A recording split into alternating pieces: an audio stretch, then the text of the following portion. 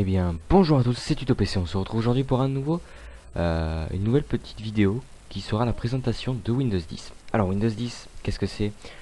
C'est un système d'exploitation tout simple. Il y avait Windows 7, Windows 8, enfin Windows XP, Windows Vista, Windows 7, Windows 8 et Windows 10. Il y en a même eu avant Windows XP. C'est tout simple. Comment vous expliquer? Windows 10 est sorti il n'y a pas très longtemps. Je pensais que ça allait être une merde comme Windows 8, excusez-moi pour le terme. Je pensais que ça allait être aussi nul que Windows 8 parce que j'ai pas du tout aimé Windows 8. Voilà, donc je pensais que ça allait être aussi nul que ça, etc. Je me suis dit au pire je teste Windows 10, ça me plaît pas, je reviens à Windows 7 et ça me plaît. J'essaye quoi, je reviens, enfin je continue. Windows 10. Donc en fait franchement ça m'a vraiment plu. Voilà, j'adore Windows 10. Je trouve que le design est pas mal. C'est comme Windows 7, donc on peut toujours booster son PC et bien trafiquer dedans. Il y a des nouvelles arrivées. Enfin voilà, c'est beaucoup mieux que Windows 8, un peu mieux que Windows 7, et je trouve que niveau performance, ça a vraiment arrangé quelque chose. Voilà. Donc là, qu'est-ce qui a changé de Windows 8 ou Windows 7 à Windows 10? Tout simplement l'arrivée des notifications. Voilà, au lieu d'avoir un petit drapeau ici qui vous dit quand il y a une notification, bah là ça vous met une notification, donc il sera de couleur blanc. Enfin voilà, ici il sera de couleur blanc.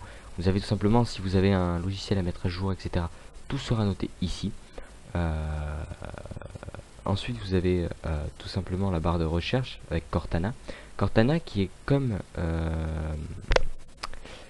en fait Siri sous iPhone, c'est-à-dire vous lui parlez et ça vous répond. Alors, vas-y Cortana, donc je ne l'essaierai pas car ça ne me sert absolument à rien pour moi.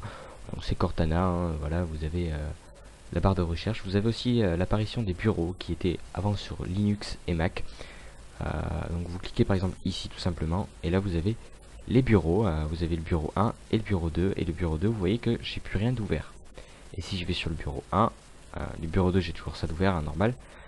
Mais ici quand je pars sur le bureau 1, voilà, j'ai Firefox qui est ouvert, alors que sur le numéro 2 je ne l'avais pas. Voilà, tout simplement. Ensuite, le design est vraiment pas mal et vraiment sympa. Je trouve que quand on va par exemple dans les documents, etc., je trouve que le design est plutôt sympa.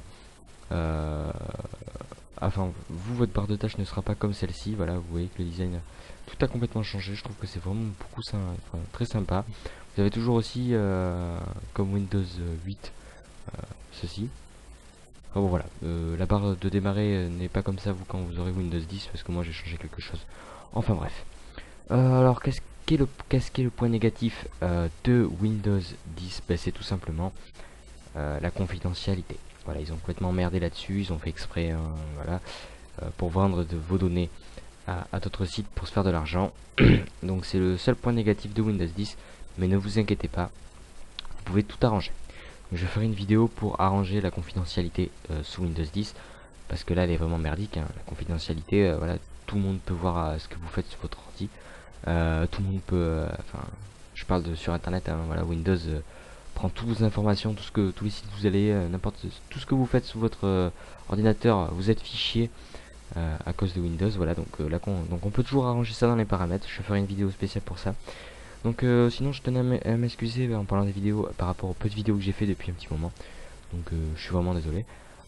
Sinon je compte revenir très bientôt pour des nouvelles vidéos pour booster son PC, pour augmenter la confidentialité sur Windows 10, pour faire des nouvelles intros avec Cinema 4D, etc., etc. Enfin je compte revenir très bientôt. Et je vous dis une prochaine fois pour de nouvelles vidéos.